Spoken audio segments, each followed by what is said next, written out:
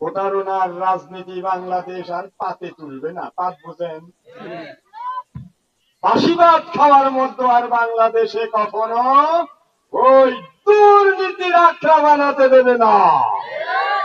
এবার বাংলাদেশের আপার বৃদ্ধ বনিতা সোচ্চার একটা নূতন বাংলাদেশ, একটা কল্যাণকামী বাংলাদেশ, একটা সাম্যের বাংলাদেশ, একটা ভ্রাতৃত্ব এবং ভালোবাসার বাংলাদেশ। সকল রাজনৈতিক নেতা এবং বন্ধুদের নিয়ে শত্রুতা নয়, দেশ গড়ার বাংলাদেশ গড়ে তুলতে চাই। বন্ধুরা, আপনাদের যতই আমাদের গালিগালাজ পারেন, একেবারে জন্ম লগ্ন থেকে 54 বছর ধরেই খালি মিথ্যা তহমত দিয়েছেন।